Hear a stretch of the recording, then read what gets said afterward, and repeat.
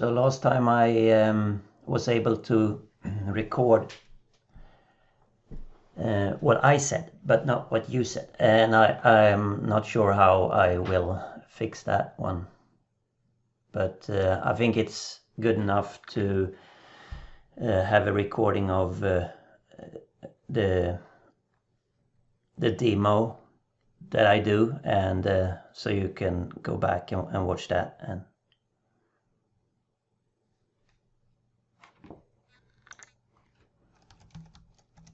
so at blog.mdriven.net it should be, I guess it's scrolled down now, but we got a witness. I try to keep this one up to date, and from the last meeting there's a YouTube link for the things that we did then.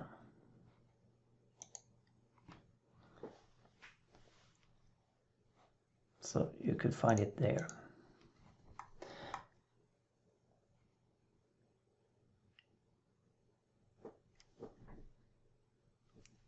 Yeah, good idea. Now that I know that only my audio gets recorded, I will repeat the question, if you remind me as well. And of course, to find to the blog MDriven, if we have some sort of cross links on all the pages, usually down here. So that's the portal, that's the blog, and that's the wiki.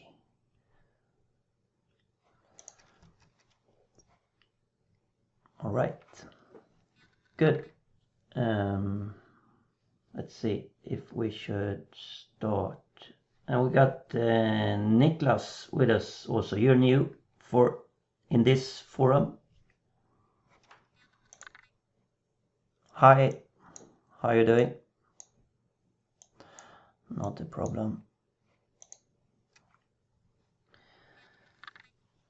So, welcome everyone.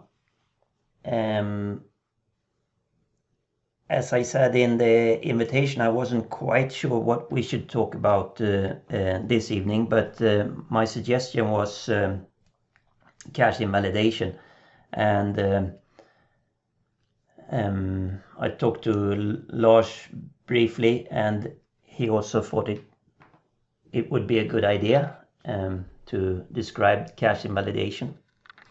So I think we'll go with that if no one has any objections. And maybe we should dive into it straight away if no one has any. Now Lars, I can see you're talking, but I can't hear you. So if there was, so you're not muted, but there is no sound. Never mind.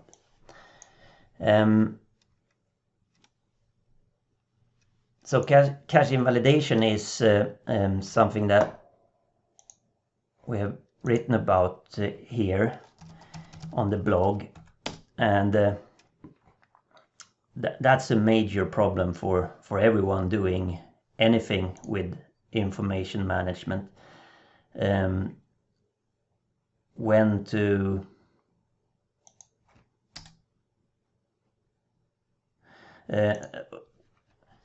whenever you do a derivation of something that's saved, and of course you could update that every minute or every day or every week or something, but that's not very economical. It would be much better if you knew when you needed to update it. And how can you know? Well, it's quite easy in theory. You just have to watch everything that's involved in building up the cache. if there are any new things that gets added, the values that now, as they have new values, are supposed to be in the cache, or if there is anything that gets subtracted, something that changed that shouldn't be in the cache anymore, or if some value within the cache is changed. At all these 3 instances and occasions, we need to re-evaluate the cache. And when I say cache, I mean really anything that is derived from any other information. So typical cases of a cache could be like a static web page that's built up from information that you have spread out in a production system. And of course, that web page would really need to be up to date in order for you to show it with any confidence on your external site. And there might be many reasons for having this static web page, because a static web page can be distributed and withstand extreme loads. If there are millions of users trying to see the same information, that's no problem if you have 100 front ends or something like that, all showing the same static web page. The problem is really, when should you update it? And of course, if there was only one page, it wouldn't be a problem. You could probably update it every second or so. But consider the fact that you have millions of pages, and the pages just get invalidated very, very seldom. And the old things almost never change until it does. So someone changes something that should have an effect, and one of the million pages need to be re-rendered. And that's a real problem. And most try to solve this by having some continuous refresh going on a timer. And if the timer is too slow, then we will face the risk of showing stale or old or wrong information. And if the timer is too fast, it will be expensive in CPU. So that's just one case of cache invalidation. Then there can be multiple more simple cases of cache invalidation, that you have something spread out through a production system and you want to make a search on something that's complex because it's calculated. And it's not easy to search a million records on calculated things. So it's much easier to search on some persistent attribute, because that's available in the database, and then we can just hand over the problem to the SQL server. And since this is a really complex and common need, we have had several reasons to come back to the same problem from time to time. One case in particular that I am reminded of is that on one customer site we have a complex name of a thing, and the name is derived from very many detailed attributes from the production system. It's the weight of the components that it contains. It's the it can be the settings for how wide the name should be allowed to be, etc. And all of those things can change. but we have so many, so it's not really practical to recalculate them every day. So we try to initially the thing is to try to find all the places where you have the data that is used, and remember to invalidate this field whenever you change one of those. But that's really not a good approach, because it's really fast get too complex and you forget something, and many developers are involved in the same model, and pretty soon you end up with something that everyone wasn't up to speed on what depended on what, and then it's stale anyway. So since we have had a need forever, and we want to make things easier, and we have this great environment with MDriven where everything is known, and that's quite unique, that everything we do with the information is actually managed or known in the model. And we can take advantage of that fact, that everything is known. Since everything is known, things like attributes, when they change or when associations change, are actually known. So in our persistence mapper that we have generalized and made one application of, which we call the MDriven server, we have added functionality for cache invalidation. So what I've done here, and what I'm going to show today, is that I've started an MDriven server. I'm not going to go very deep into how it looks today, because it's in flux currently. We're redoing the interface, etc.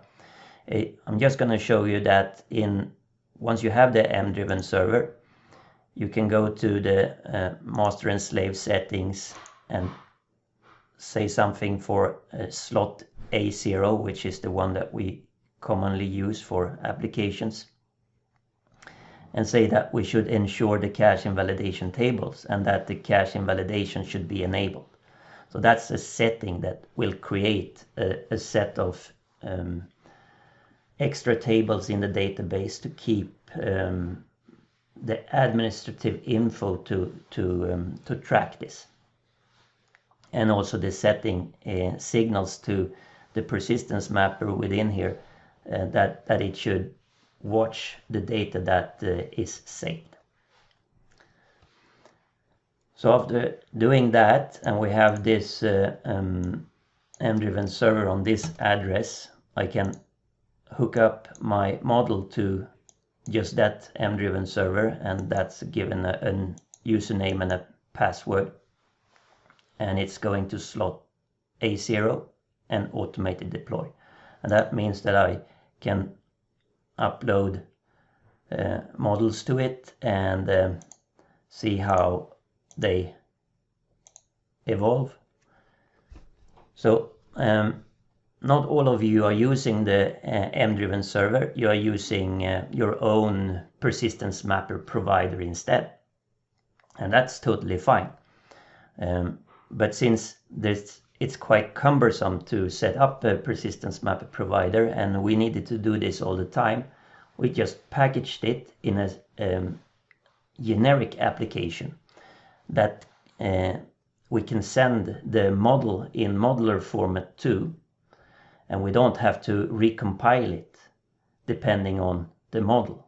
It gets sent the model as the modular file by just pushing upload. And there are quite a few things that you might want to do on the server on the persistence mapper side, because that's a good place to do assigning of numbers, etc. So we did a generic way to actually have server-side jobs on this generic application as well. And that's part of this as well. So let's see how this would work. If I'm gonna have a very simple model to demonstrate what I mean. If we have a box and let's say that we have thing in it, I'm gonna give those a name, and I'm gonna give this an association so the box can contain many things. And let's say there's a weight on the thing, and let's do that as a double. Then of course there could be a derived attribute here for weight. That's a double, and that derived attribute, I'm going to set the OCL for that one as self following the link to things and weight.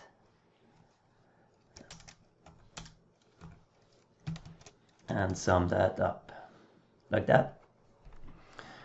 And of course this weight will be calculated in memory, etc. But so that's not really considered a cache. It's a live derivation. But suppose that we have a need for a complex name. And first let's do that derived. So let's call it derived complex name. And the derivation for that one could be, in this simple case, self.name plus self and take the derived weight and have that as a string.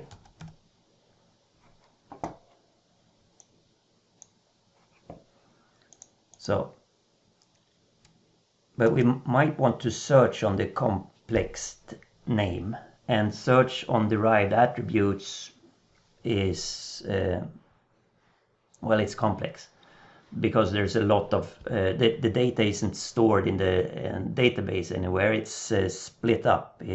We need to check this one and we need to check some these, etc. So it's really complex. It's much easier if this complex name could be persistent somehow, so there's a place in the database to search for it. So we want to have a complex name stored for search, etc., or for any other reasons. Let's say that this box has a derived default string representation, and we can use the derived complex name for that, just to so that we find it. And let's set this one as well to something like that. Okay, so now we have a need to keep this in sync, and that's not going to happen unless we do something. So I'm going to instruct the autoform logic here to embed this in the document, and I'm going to add I'm going to use autoforms now. And the changes I've done, I need to instruct the MDriven server that there's a new model, and I can check for server status, and it says that found some things, then created new tables for this. And then I can start a prototyper against the MDriven server. That's the same one.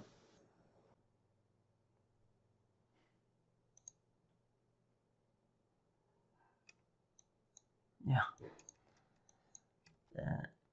So let's see. I'm heading over here. I'm gonna go up here and upload the model, and so the database got recreated. Good. And up here in master and slave settings, I'm gonna ensure the cache invalidation tables, and I'm going to turn on the cache invalidation and submit. All right, I need to press ACE. Like that. Now, let's see if I can start the system with the prototyper, and it's a box. I'm gonna create a new box, call it box 1, and save that one, and add new things to the box. So thing 1 with weight 10. Right. So I got one thing with 10 and the box is weighing 10. I'm going to add another thing, thing 2, that weighs 20. So this is 30, and the derived complex name is box 1 30. So if I change this to box X, it updates. I want to keep this one up to date automatically. How can I go about that? And then we need to involve the server, because the server needs to know how that this is supposed to be a cached thing and is supposed to be updated. And rather than introducing a lot of new stuff, we do it exactly the same thing, the same way as we do all information sectioning and perspectives, view models, declarative view models. So let's do a new view model, and let's call that server side cache of box, and it's rooted in a box. And to get things to run on the MDriven server, you right click this view model and edit criteria for server side execute. When should it execute? So first we need to make it available for server side execute, and then we have the options, which are the normal options, that we have a OCL expression to select which one to run, but that's not what we're going to do. We're going to do this one, cache and auto update. This option subscribes to use data and persist subscription in DB. So just clicking in that one, and that means that the MDriven server is going to track this for us automatically and do the things that we define in this view model.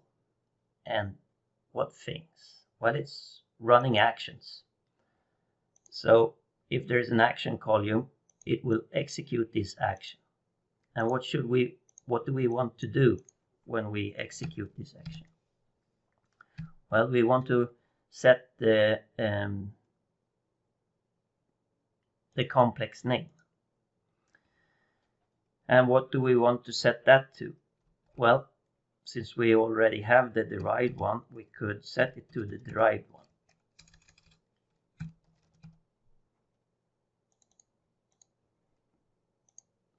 We want to do that, right? So in order for the MDriven server to know about this, we firstly uploaded the model, but we need to update server-side jobs as well to tell the MDriven server that there are new stuff that we have defined. So it says it's added a server-side view model, server-side cache of box. Fine. What this means is that if I refresh this model and do some change to the name here and update the name, I want the MDriven server to detect the change that was done and execute the server-side job. And it will do this with some interval. It won't be instantaneous.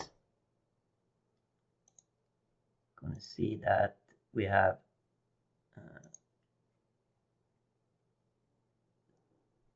server-side jobs for this running. Might need that we need one model update between here, so I'm just gonna add an attribute to force it to restart.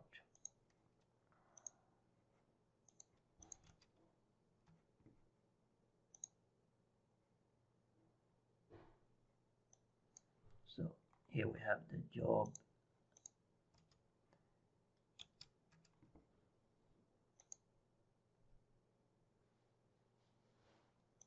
And we can see that the job was executed.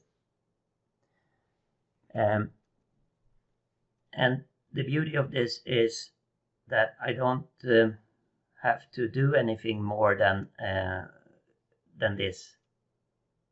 If I were to change one of these things and say that this weighs 23 instead, and save that, the derived weight has gone up to 33, but the complex name is still 30 because I haven't refreshed it, or the MDriven server hasn't gotten around to pick up the changes. But it does that pretty quick, depending on queuing, etc. So this is automatically updated for us. And of course, this is a very simple example, and you can imagine what happens when I do a thing in thing. And say that there's a weight on that as well.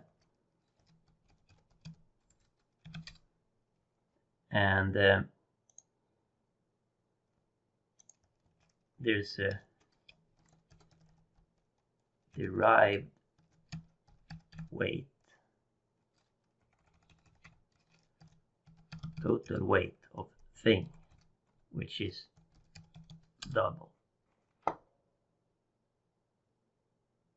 That is derived as my own weight plus thing in things.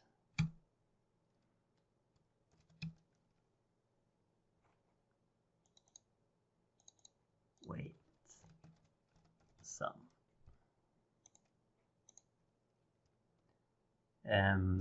And the derived complex name is no longer, or rather the weight of the box is no longer just the weight of the things, but the derived total weight of each thing. So now I've defined changes, and what I need to do is to change the database to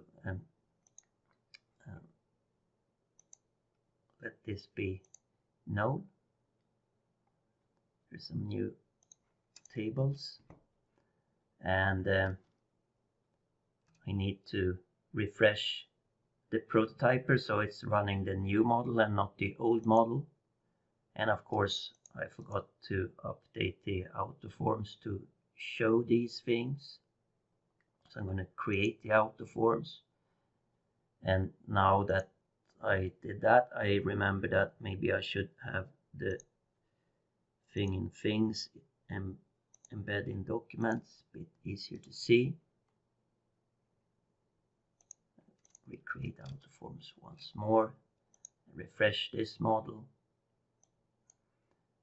So if I now let's see that we still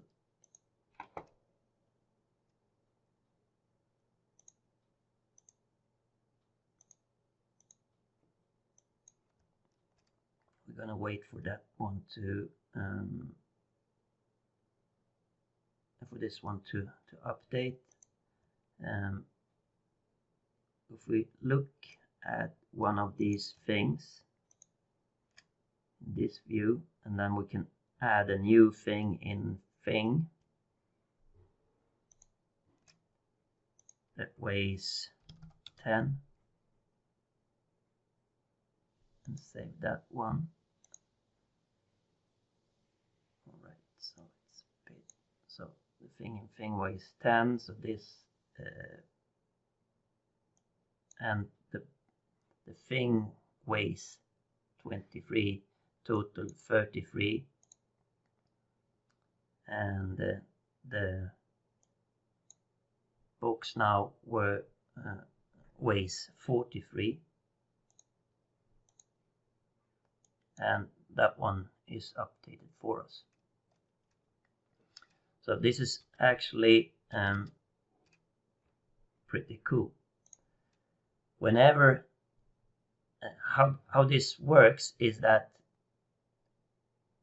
on the server side, when this object is loaded from the database, because it needs to be invalidated, and this logic is executed, there's a number of subscriptions created to keep.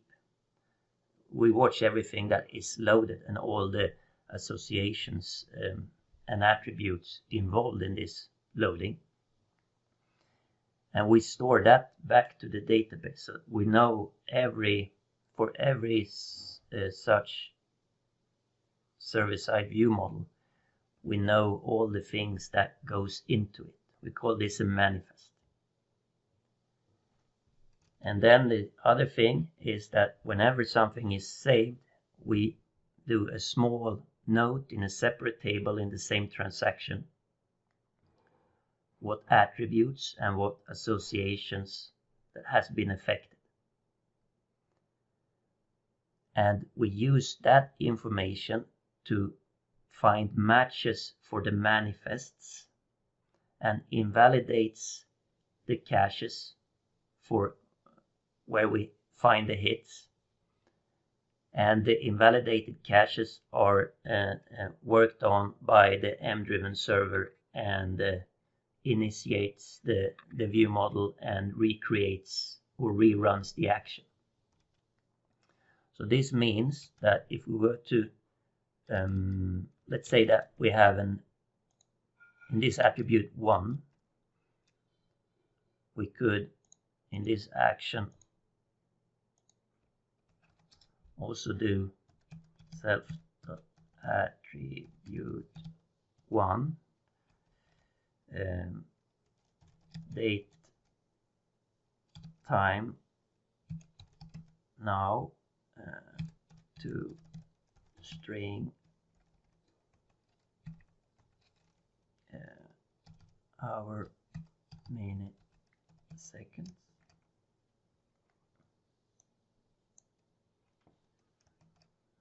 So not only should it update the complex name, it should also update the set the attribute 1 to the time when it did it. This way we can see that that we don't do it on a clock, but on an event.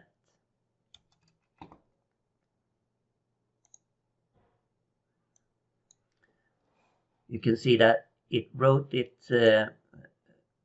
it have written it already. Why is that then if it's not on time but on an event? Good question. And the answer is that along with all the manifests, we save the checksum for the view model. So if this view model changes in any way, all the caches that depend on it are invalidated. But 741, it shouldn't need to update, and it doesn't. But if we attack one of these things, let's say I'm gonna add 1000 to this, save that. The derived is updated, but this isn't yet because I haven't refreshed. And now it's 742, which is the same as my clock. So this is good for calculated fields, derived fields that you want to persist in order to be able to search on them. And this is more common than, this is very common, a very common need, because there's a lot of things in production systems that actually are collections of or derivations of other things, and the business that use the system are always interested in searching on rather complex things that might be scattered around in the database as granular data. That could be hard. So that's great for that. Aggregation of reports. Maybe you have a gigantic report that takes like 2 minutes to generate, or 30 seconds to generate, so you don't want to do it for that often. Then it's great to have the server-side action to actually do the open document report, and that's just as easy as calling an action. And there can be another reason. The business users, I had this request one time, and I found it really hard to deliver on it until we got cache invalidation going. And the need was that we're going to send this report to our interested parties, but we don't want to send it more than once for each change. So it's only when there's something that changed in this huge report, that's a big Excel pullout, and we want to send it to all the manufacturers if there is a change. Okay, how can we know if there's a change? Well, don't you have a timestamp on it? They ask me. Sure, we have timestamps on everything. So then you can do it. Yeah, but this definition of the report is something that is constantly worked upon. There are more things added to the report and things pulled out from the report, and the data that goes into the report is also changed all the time. So it would take a developer almost full time just to track the changes to the report and to be sure that we have all the rules. With cache invalidation, everything is derived from the view model. So the view model that defines the report is enough for pulling in the data and finding out all the associations and all the derivations. So that's a magic thing. And there's a lot of things that just shrinks when we have this ability. And of course, the third option would be to have an action in the cache invalidation view model. Maybe you just don't want to save some derived data or some cache. Maybe you would want to send an email to someone. So this complex thing changed. Email this guy, or send something to this external system.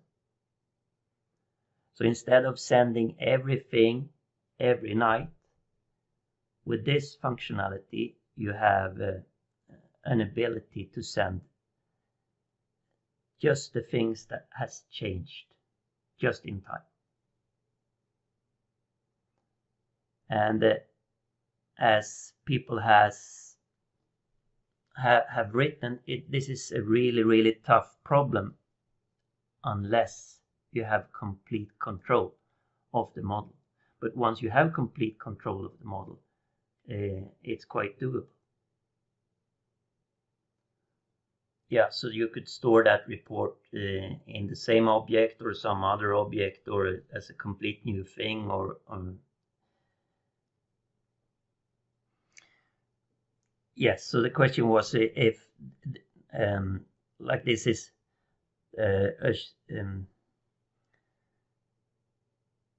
well, I guess I would rephrase it as yes, it is a very precise and no waste. It only does exactly what's needed, and it's like in SQL Server, if you were able to place a trigger on every column and every on every column and foreign keys columns, and that you had some logic that would know what to do with all those trigger calls. And that's the tough thing, because in SQL Server there's an issue between that. Then you don't have anything that knows about the usage of the combined data, but that we have when we have the declarative view models. Yeah, so basically it's the same thing that we do in memory, having subscriptions of everything in order to be able to handle all the derivations. It's the same thing, but the subscriptions are persisted in these extra free extra tables that we have.